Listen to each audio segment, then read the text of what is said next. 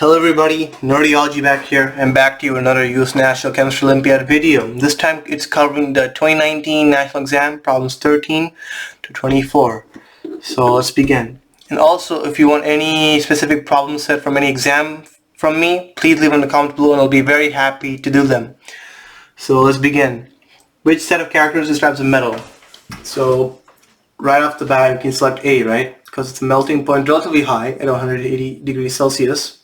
Some metals could be soft, like you can cut sodium with a knife.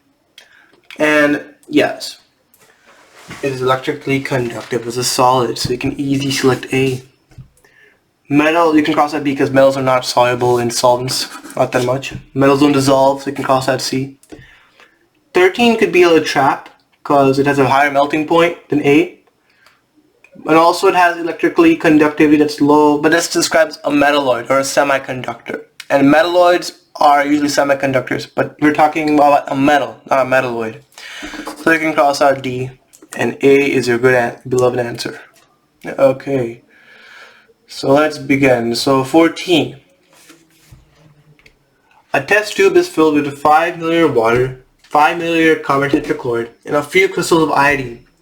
After the tube is capped and shaken, what is the final appearance of the system after it's allowed to stand for a few minutes? So you know iodine is nonpolar, so it won't dissolve in water as well. So that means there won't be a single layer of violet liquid, right? That would imply that iodine has dissolved in water, so you can easily cross out A. A single layer of colorless liquid under violet vapor. So that violet vapor implies iodine. And there's two things wrong with this question. So violet vapor has to dissolve in carbon tetrachloride if it's shaken, but it's not because it's just vapor, right? So that means B's out. Yeah.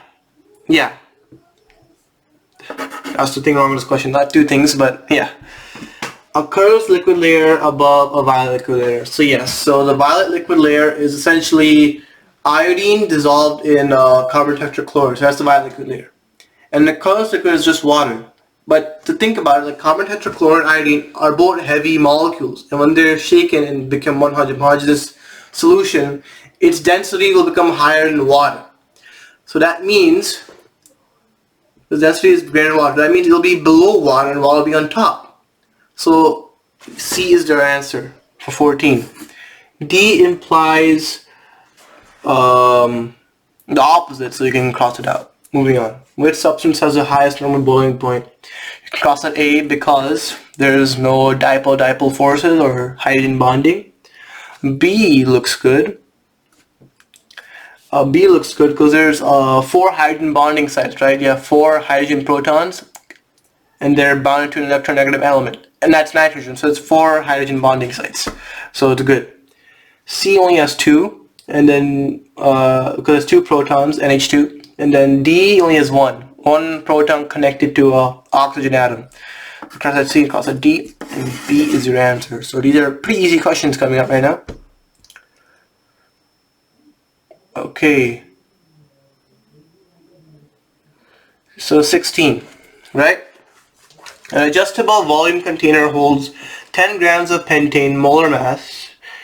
The pressure in the container is measured as a function of volume by maintaining the pressure, which graph shows the results of the experiment. Okay, so the thing to realize about vapor pressure problems, they're not like regular P equals nRT problems, right? If you have a container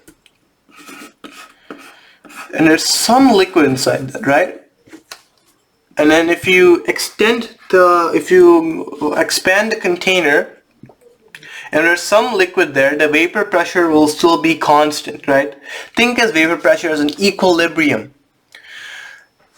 Yeah, vapor pressure only changes with temperature, not by expanding or contracting the vessel, if there's some liquid remaining.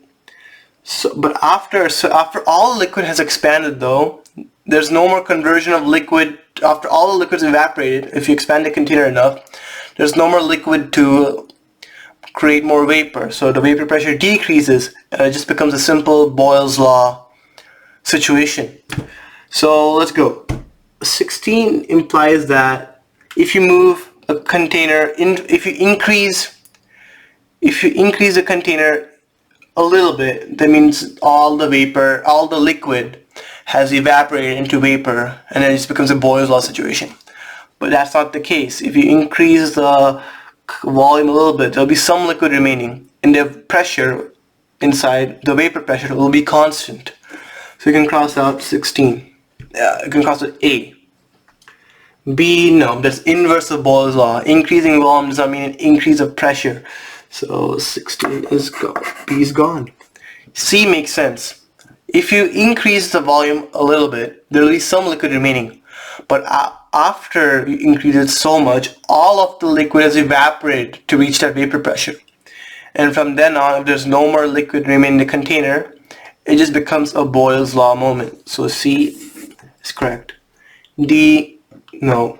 After a certain point, if you increase the volume, the pressure inside decreases, as I said before. So 16, C is the answer. 17. This one's a nice question, I like it. So cotton balls soaked in concentrated solutions of hydrogen bromide and C3H2 methylamine are placed in the same time at the same time in the opposite ends of the glass tube. What's observed? So take if you're wondering which product forms, take a closer look at the compounds in the question. You have an acid and you have a base. What does that mean? An acid-base reaction. So our reaction is going to be HBr plus CH3N2, and that goes into the hydrogen transfers proton. This compound transfers proton, Br minus plus CH3NH3 plus. I have a negative and positive charge. This forms a solid, ionic solid, CH3NH3Br. Right?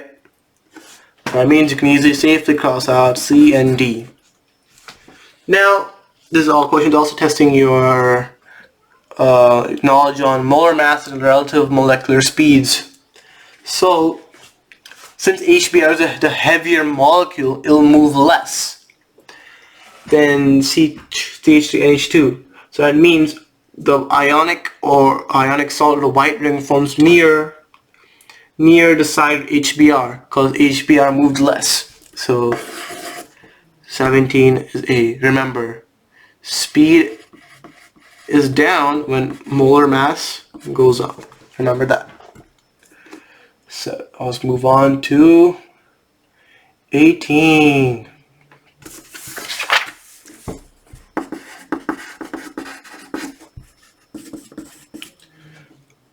Oops, this is a calculation question. A metal with a face-centered cubic lattice has a unit cell edge length of 3.80.3 and a density of 12.45 grams per centimeter cube. What metal is this? These problems I just hate because they're just like so annoying to calculate. I don't know, I just find them annoying to calculate. But to find a metal, you must find two measurements. You must find the grams and the moles. And what will they give you? Drum roll. Molar mass. And using that knowledge, you can find the metal. So let's begin. So it's a face-centered cubic, so that implies there's 4 atoms per lattice. And using that knowledge, how do you find the moles? If you had to go at it, you can find the moles as 4 atoms. Gives you 6.02 10 to the 23 atoms. Gives you 1 mole. And this gives you 6.64 times 10 to the negative 24 moles. So you have your moles, right? Now you can find density by using this equation. D equals mv. And then we do D times V equals m. You can find the mass. And do grams over moles to find the molar mass. So, yeah. So then the density is what? 12.45 grams per centimeter cubed, and the volume is 3.0 times 10 to 380.3 times 10 to negative 10 cube. Remember that 1 centimeter is 10 to the 10 picometers, right? So that will give you 6.84 times 10 to 22 grams. Now once you divide that, you put that P here and you divide that, you will get 103 grams per mole. And that is, the answer is C, ruthenium. Yeah, I don't know why they put the atomic number there instead of molar mass. I mean, or the molecular mass. I mean, yeah, atomic mass. I meant atomic mass, but it's kind of a troll, you know. USNCO itself is a big troll on its own. Weird questions. All right. So 19 is like one of those questions where like just satisfying the public because it's so easy. So the process of liquid water freezing at negative 10 Celsius 1 atm pressure is, okay, you must just get this in 5 seconds. It is not endothermic. Endothermic is when water melts. You're supplying energy to break the intermolecular attraction. So I can cross out B and D. And it's below the freezing point, 10 Celsius, so it's A. Very easy question. Now, from this easy question, you get an annoying one. Hess's law. So, the trick to Hess's law is you just want to like first do an equation that has your reactants, right? So what I did was, number one was C6H12O6 plus O2, right? And then you do negative 205.0 kilojoules per mole as your delta H. Next, you want to do right down to the end is you want to match your products. So the equation I did was CH3 plus 2H2O gives you two ethanols plus oxygen, and that gives you, and then your third equation, just to like to cancel everything out, just do 4 carbon. This takes a lot of time, and this is just a time waster. Although you may get it correct, this just wastes time, and this will give you 14. This will give you the beloved answer, 1.74 kJ mole. So that's what you get. It even took me a long time to write everything out. So these are some long problems here. Okay, 21. 21.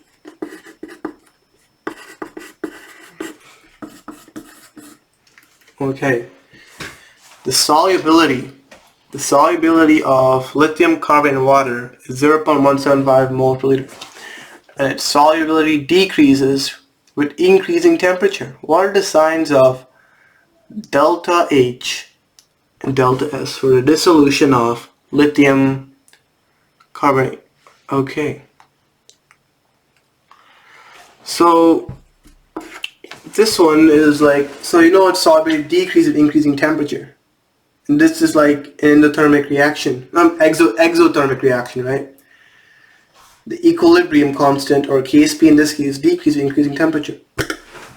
So that means you can cross out A and you can cross out B.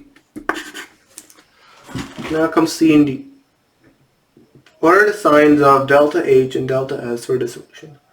So dissolutive thermodynamics, right? From here, from the equation itself, you can imply that delta S is greater than 0 because you form aqueous ions that move freely in solution. So the answer is C, right? But also from a thermodynamic standpoint, you know lithium lithium salts, right, or any of the alkali metals are usually soluble. So its delta G will become, so its delta G is less than 0, right? And taking a look at the equation, delta G equals, taking a look at this equation, right? If this is positive, this must be positive to overcome the positiveness of this. So this becomes a greater term you subtract from this. So this becomes negative. So that means this is not a, so that means it's C. Pretty easy problem. A lot of easy problems, but again it gets harder. This exam. So 22. 22 is, like a troll question. You want, most people get this one wrong. 22. A system confined in a rigid, well-insulated container undergoes a spontaneous change. What statement about the system must be true? Right?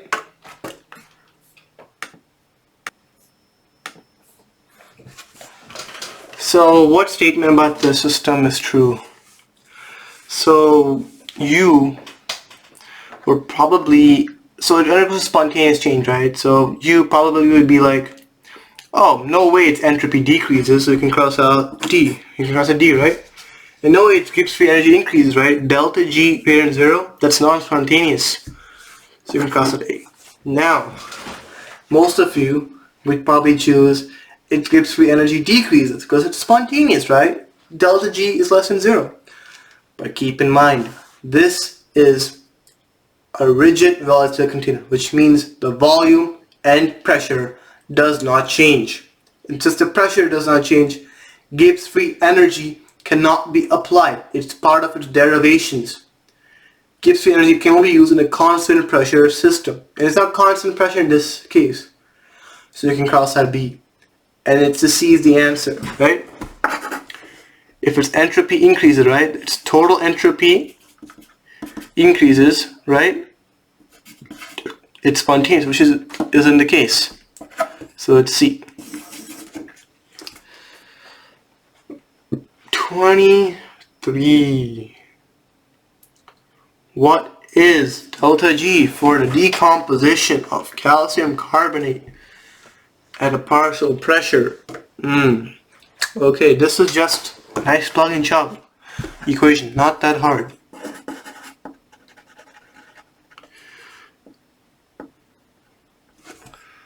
So the equation, relevant equation, is delta G in non-standard conditions equals delta G at standard conditions plus RT, the natural log of the reaction quotient.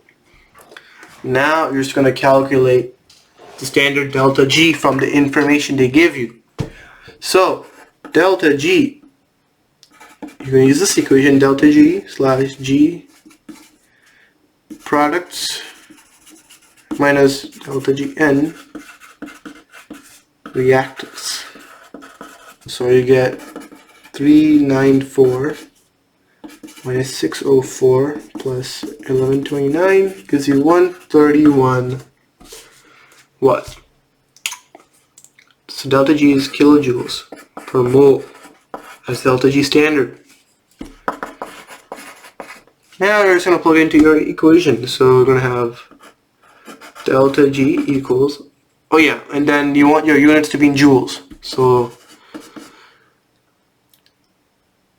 yeah, plus R, the gas constant, let's write down 8.314 times 298, and then you're gonna plug in the partial pressure of CO2, because that's only in the equilibrium expression, right? And then you put in the, you can convert it into ATM, but you can also plug in bar, right? Because they're both similar. So you can do 4 bar, right? And since this is in joules, you want to divide everything by 1000, right? So you can have the units in kilojoules per mole.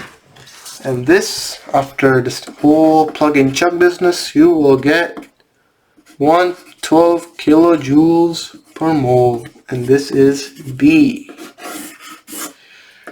Alright, last one. Another one of those fun calorimetry problems. Okay. A 10 gram sample of solid NH4NO3 is added to 100 grams of H2O in a well-insulated container. Both the solid and the water are initially at 24 degrees Celsius. But after the NH4O3 dissolves, the temperature of the mixture is 17.11 Celsius. What is delta HRxn?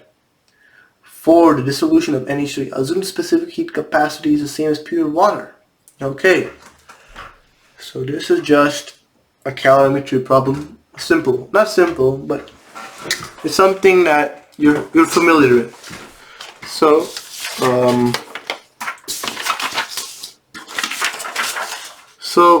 you want to find out the heat absorbed by the system when you dissolve 10 grams of NH4 with 3, right? So when you find the heat absorbed by 10 grams of NH4O3, you can use this equation, Q equals MC delta T. So when you put, your system, you're in your calorimeter, right? So you're going to have 110 grams the system of water and the salt. So we're going to put 110 grams times 4.18 for the heat capacity times the the temperature difference, and you get negative 7. So the sign may be confusing, but essentially don't worry about it, because as the temperature decreases, it's an endothermic reaction, right? The system absorbs an amount of heat. So just by the sign convention can be a little confusing, but you're just interested in the magnitude in this case. So you can cross out the magnitude, and this is the amount of heat that's absorbed. This is an endothermic reaction, so the system absorbs this amount of heat. Okay, so that means now you're just going to do something of a ratio, right, or a conversion. I like to do ratios, so here we go. So it's a proportionality, so 3.71, oh no, this is joules, my bad, this is joules. Right, this is joules of heat absorbed. 3.17 joules is equal to 10 over 80.75. So this amount of moles of NH4NO3 absorbed this one. Now, if you have 1 mole, of NH4O3, which implies delta H, so we're going to find this amount of heat absorbed. So when you find, this gives you 3.71, 0.25 moles.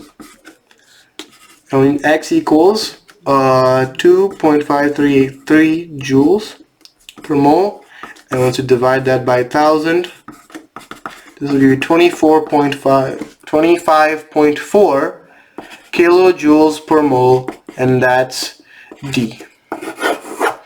Thank you for listening and have a great day.